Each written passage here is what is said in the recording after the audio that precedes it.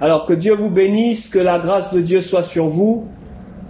Cet après-midi, nous bénissons le Seigneur pour ce temps qu'il a permis qu'on puisse se retrouver ensemble afin d'être nourris par lui, d'être enseigné par lui et d'être conduit par lui. Et cet après-midi, nous allons parler d'un thème qui est important. Nous allons parler de l'importance de la prière.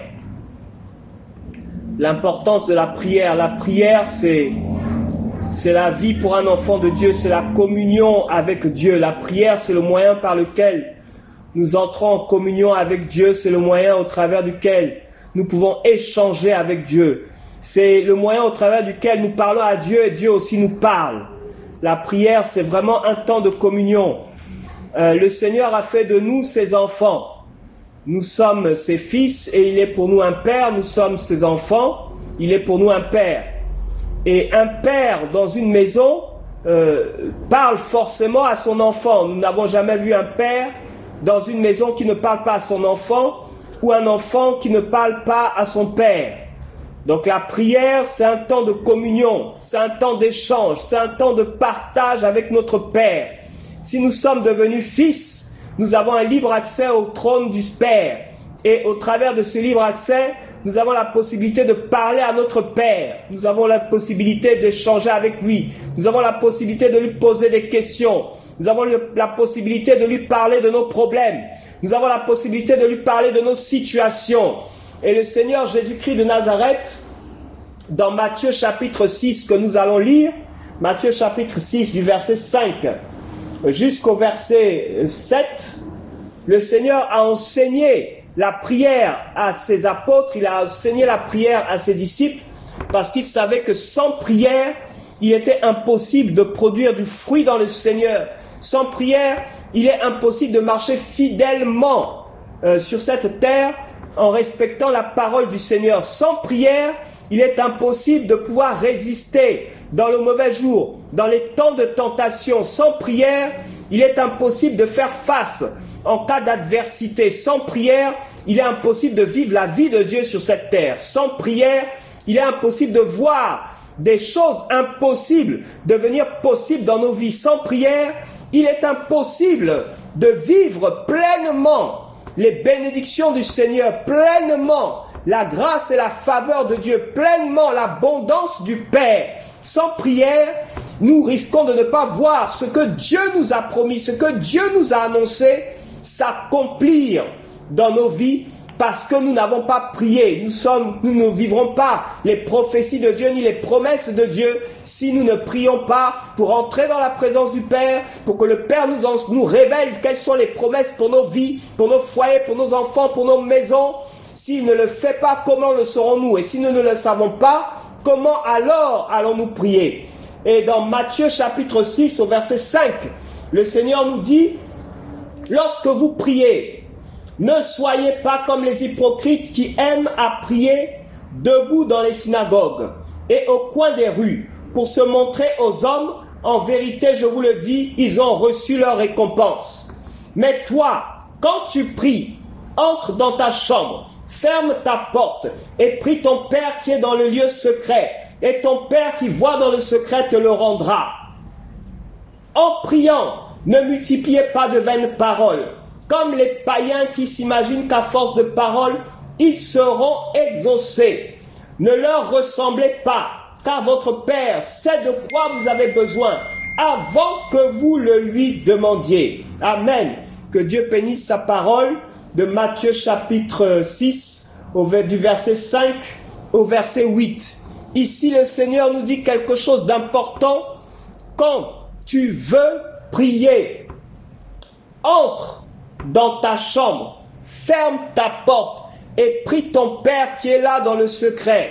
Il est important que nous prenions l'habitude d'entrer dans la présence du Seigneur pour apprendre à connaître notre Père, pour apprendre à connaître sa vision, pour apprendre à connaître la manière dont il pense, pour apprendre à connaître ses plans. Il est normal que nous soyons capables de lui poser des questions, nous rapprocher de lui dans le lieu secret. Il ne s'agit pas de prier devant tout le monde, il ne s'agit pas de prier pour montrer aux autres que nous prions. Il ne s'agit pas de prier pour montrer aux autres que nous sommes experts dans la prière, que nous sommes convertis. ou que nous aimons Dieu.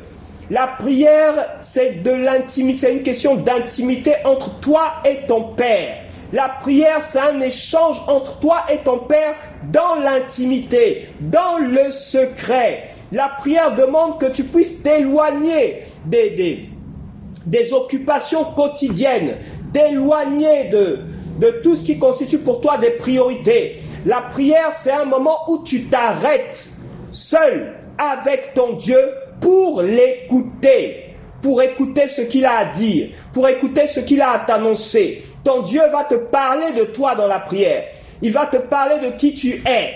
Il va te dire ce qu'il attend de toi. Il va te révéler les dons qu'il a mis en toi. Il va te révéler la vision qu'il a pour toi, pour tes affaires, la vision qu'il a pour toi, pour tes enfants, la vision qu'il a pour toi, pour ton mariage, la vision qu'il a pour toi, dans tout ce que tu as à faire ou à entreprendre. Le Seigneur peut te révéler une maladie qui est en toi, que tu ignorais, parce qu'un symptôme te fatiguait. Dans la prière, ce qui est caché t'est révélé. Le Seigneur a besoin parfois que nous venions dans la prière pour nous révéler des choses que nous ne connaissions pas. Il y a peut-être des moments où tu traverses des temps difficiles et tu ne comprends pas l'origine de ce que tu vis. Tu ne comprends pas les raisons pour lesquelles tu vis. Lorsque Job a passé ces temps difficiles, ces épreuves difficiles, il a cherché à parler à Dieu. Il a cherché à s'exprimer auprès de son Père. Il a cherché à rentrer dans la présence de Dieu pour comprendre. Et il a parlé à son Père.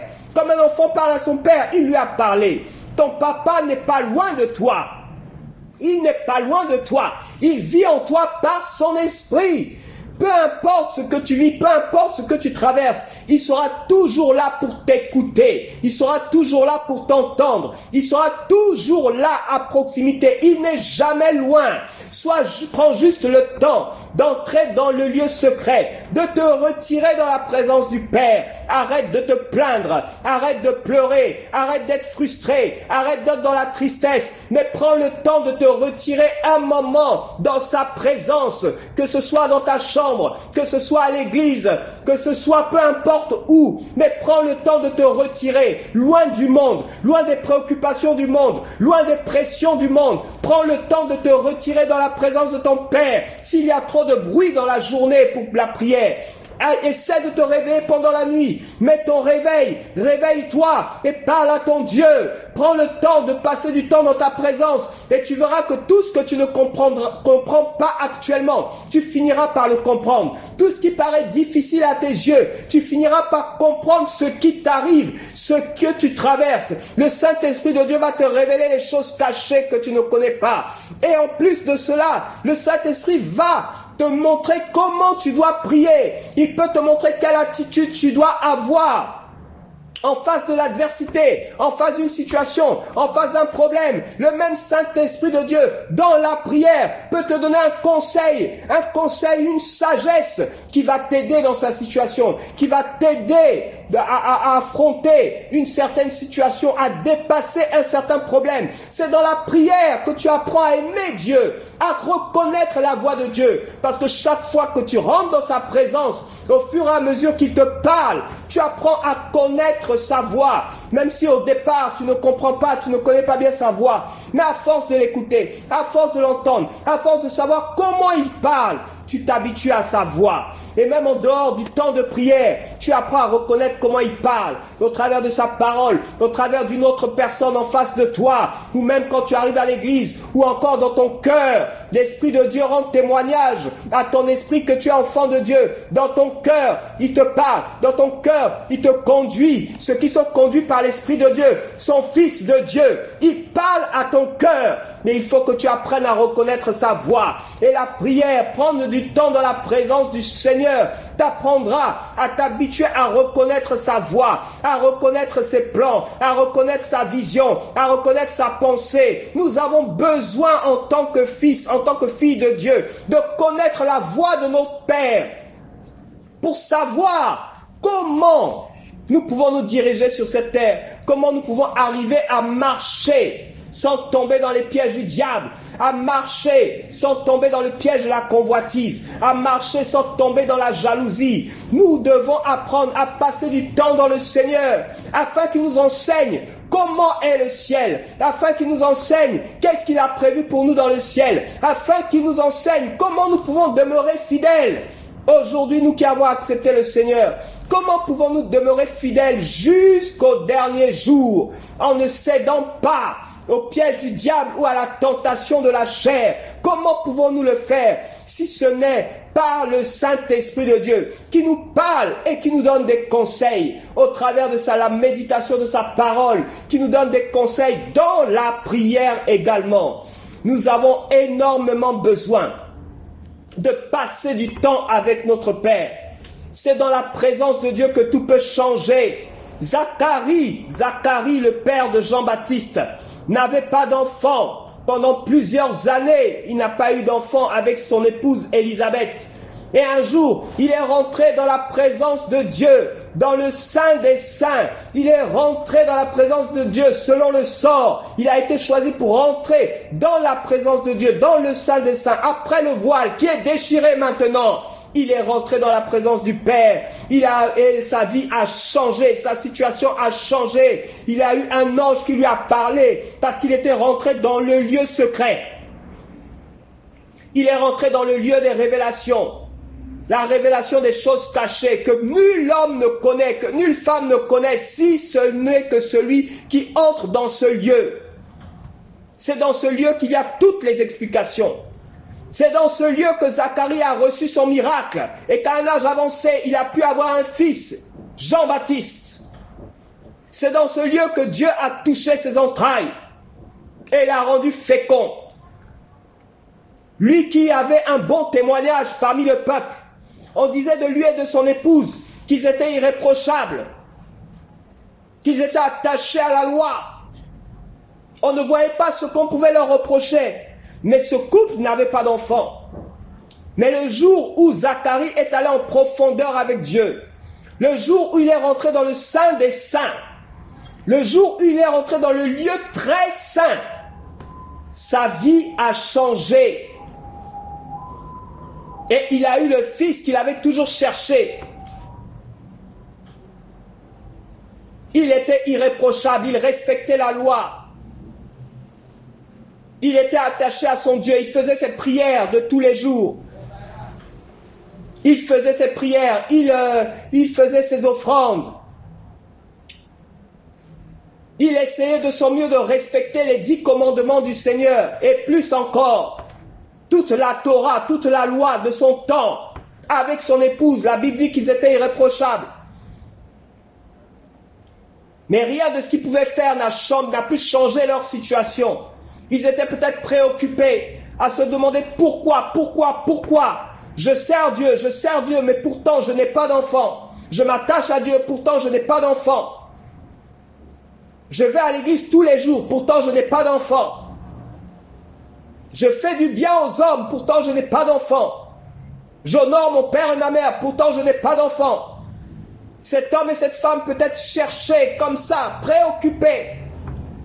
Je paie mes dîmes et mes offrandes, pourtant je n'ai pas d'enfant. Je reçois les serviteurs de Dieu à la maison. Je soutiens les ministères, je participe à l'évangile, pourtant je n'ai pas d'enfant. Mais voici que le jour où Zacharie a trouvé le chemin du Saint des Saints, le jour où il est rentré dans le lieu très saint, dans le lieu secret, une communion parfaite, une communion cachée, une vraie communion, pas une prière à la va-vite, pas une prière entre deux réunions, pas une prière toute pressée, toute faite. Mais le jour où il est rentré réellement dans le lieu secret, il a accepté de se retirer, il a accepté de se cacher, il a accepté de s'asseoir, de prendre du temps devant Dieu, comme Habakkuk, se tenir là devant Dieu et attendre ce que Dieu répondra par rapport à ses doléances. Il a dit, je ne partirai pas, je ne bougerai pas tant que mon Dieu ne me répondra pas. C'est dans le lieu secret que les choses changent, c'est quand tu acceptes de t'asseoir dans la prière et de t'attendre à Dieu, que Dieu se révèle à toi, de t'attendre à lui, que là il te visite. Il ne s'agit pas d'évacuer les prières, il ne s'agit pas de faire des prières à la va-vite, il ne s'agit pas de faire des prières répétitives, il ne s'agit pas de faire des prières automatiques. Mais il s'agit d'entrer dans la présence du Seigneur, d'être conscient de s'asseoir à sa table et d'attendre qu'il parle, d'attendre qu'il dise une parole pour toi. Cette parole qui va changer ta vie, cette parole qui va changer ton ministère, cette parole qui va changer ta situation de santé, cette parole qui va changer ta situation financière, cette parole qui va changer ta manière de voir Dieu et d'adorer Dieu et de glorifier Dieu. Cette parole qui va changer ton foyer, la vie de tes enfants. Il s'agit pour toi de t'attendre à Dieu. Dans la prière, on s'attend à Dieu. Tu rentres dans le lieu secret lorsque tu apprends à t'attendre à Dieu. Il ne s'agit pas de rester sur le parvis pour invoquer Dieu un peu comme tout le monde. Le lieu des saints n'est pas le lieu où tu recevras ce qui t'a été réservé en Christ avant la fondation du monde. Mais tu dois aller dans le lieu très saint. Et lorsque le Seigneur est mort et ressuscité des morts, le voile a été déchiré. L'accès au lieu très saint est ouvert pour toi qui es fils, qui es fille de Dieu. Il n'y a plus aucun obstacle pour que tu entres dans le lieu très saint, pour parler avec ton Père, pour échanger avec ton Père, pour recevoir la vision de ton Père. Il n'y a plus aucun obstacle, il n'y a plus aucune opposition. Lève-toi, cours vers lui, apprends à t'attendre à Dieu. Ne sois pas pressé dans la prière, mais réserve ton temps pour Dieu. Comme tu réserves ton temps pour ton travail, comme tu réserves ton temps pour tes études, comme tu réserves un temps pour tes affaires, comme tu réserves un temps pour ton fiancé, tu prends le temps, tu prends des rendez-vous pour des choses quotidiennes de la vie. Prends des rendez-vous avec ton Père. Apprends à réserver un temps à ton Père. Apprends à lui consacrer du temps sans te presser pour l'écouter, pour recevoir ce qu'il t'a réservé et pour lui demander de t'enseigner comment tu dois faire pour demeurer fidèle dans l'adversité, comment tu dois faire pour demeurer fidèle dans des conditions de santé difficiles, comment dois-tu faire? Entre dans la présence de ton Père. Demande-lui de t'enseigner, demande-lui de te parler. C'est dans le lieu secret, frères et sœurs, que ça se passe. C'est dans le lieu secret que les choses changent. C'est lorsqu'on accepte de prendre un rendez-vous avec Dieu d'1 heure, de 2 heures, de 3 heures, ou même de 15 minutes. Mais il faut que ce soit un rendez-vous où tu t'attends à lui, où le Seigneur sait qu'il a toute ton attention. Voilà le lieu secret, où le Seigneur sait que tu ne pries pas juste par automatisme ou par habitude. Mais il sait que tu es là parce que tu t'attends à lui, comme Habakkuk s'attendait à Dieu. Voilà le lieu secret, le lieu où on s'attend à Dieu.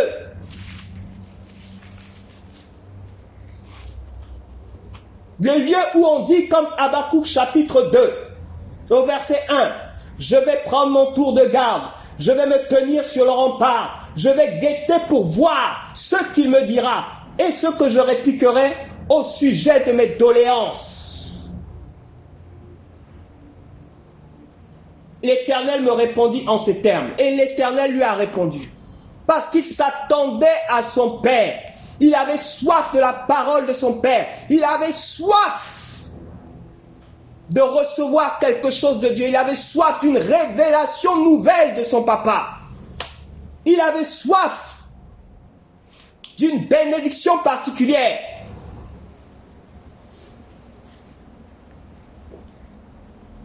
Moïse a vécu des miracles avec Dieu. Il a vu la mer divisée en deux.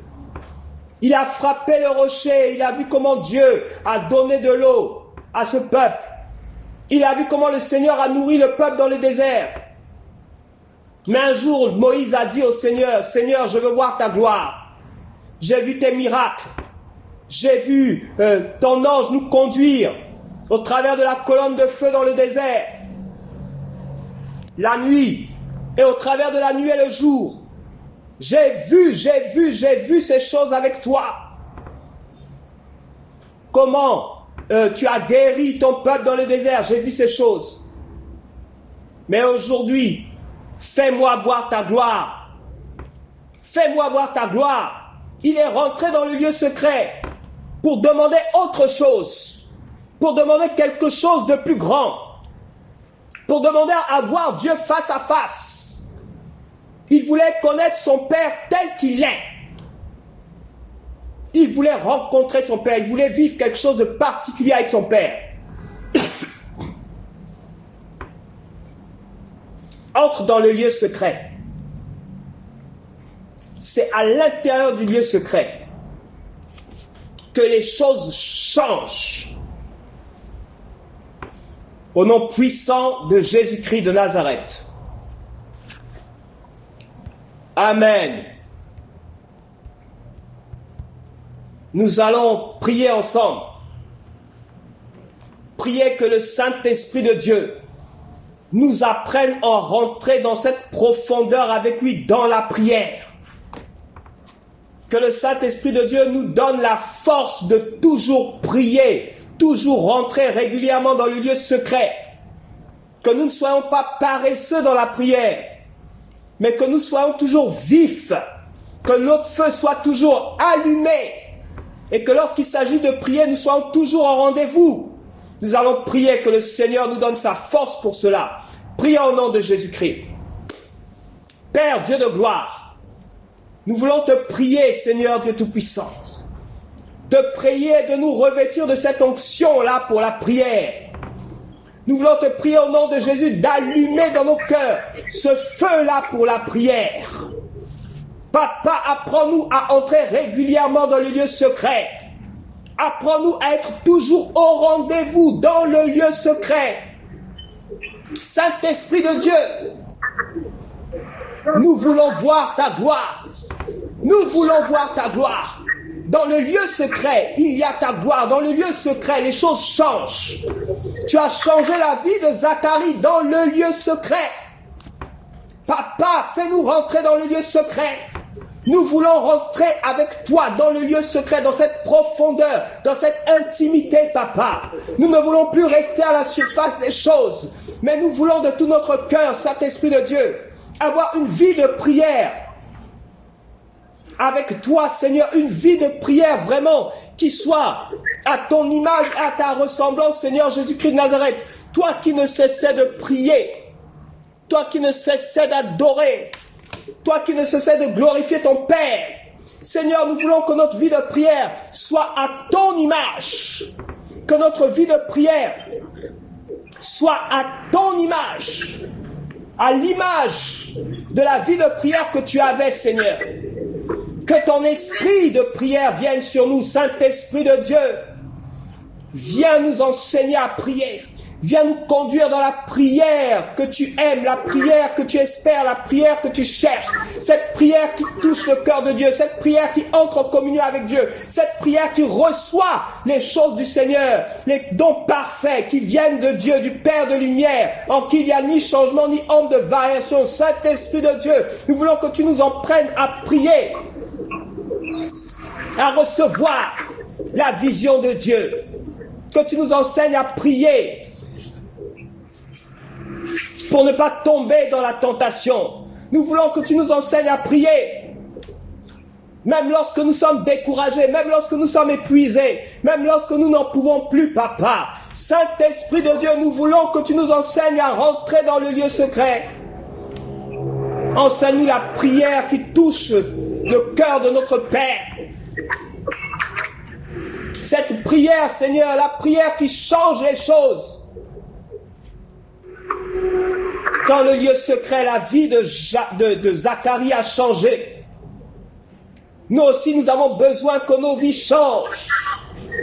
Nous voulons vivre à ton image et selon ta ressemblance, Seigneur Jésus. Comme tu as marché sur cette terre, nous voulons marcher. Enseigne-nous cette prière-là qui va nous permettre de demeurer fermes en tout temps, en tout lieu, en toutes circonstances, fermes en la foi. Quoi qu'il arrive, quoi qu'il advienne, papa, enseigne-nous à prier cette prière qui va nous faire du bien. Cette prière qui va nous faire grandir en toi. Cette prière qui va nous donner une nouvelle révélation de toi. Cette prière au travers de laquelle, papa, nous allons apprendre à te servir, apprendre à te connaître. Enseigne-nous à prier, Saint-Esprit. Enseigne-nous à prier selon qu'il est écrit, que tu nous enseigneras toutes choses et que tu nous conduiras dans toute la vérité. Viens à notre secours, nous qui ne savons pas prier, Seigneur. Enseigne-nous à prier. Enseigne-nous la prière qui t'honore, la prière qui te glorifie, la prière que tu aimes, la prière que tu attends de nous, Seigneur. Cette prière que tu attends de nous, que tu n'as pas encore entendue. Oh Père, Anne a prié plusieurs années. Anne, la maman de Samuel, a prié plusieurs années sans enfant. Mais un jour, elle a fait une prière. Tu as mis dans son cœur la prière qui a touché ton cœur. Et cette prière a changé sa situation. Père, il y a une prière que tu attends de moi, que tu attends de tes fils, que tu attends d'une de tes filles. Il y a une prière que tu attends qui change la situation. Pour chacun d'entre nous, il y a une prière qui peut changer la situation. C'est cette prière que tu attends, comme tu as attendu la prière de Anne. Le jour où elle a fait cette prière, elle fut exaucée et elle a eu un fils, Samuel, qu'elle est venue t'offrir en action de grâce. Père, tu attends de chacun d'entre nous une prière particulière, précise, qui change la situation.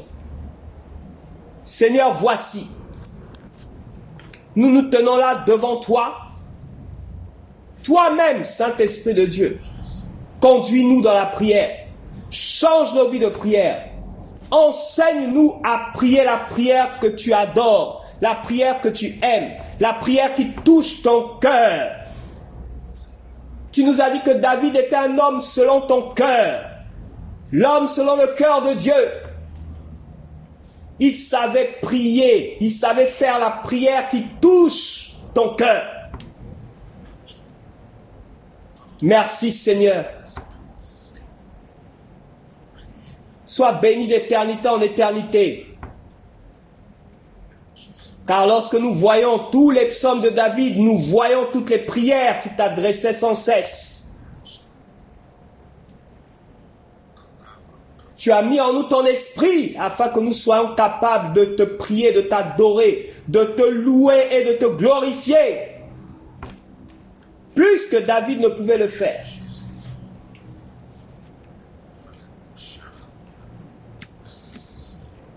Nous qui avons l'Esprit de Dieu en nous. Je bénis ton Saint, mon Père, parce que je crois que ton onction de prière est descendue sur chacun d'entre nous. Et je sais qu'à compter d'aujourd'hui, Seigneur, nos vies de prière vont changer au nom puissant de Jésus-Christ de Nazareth. Amen.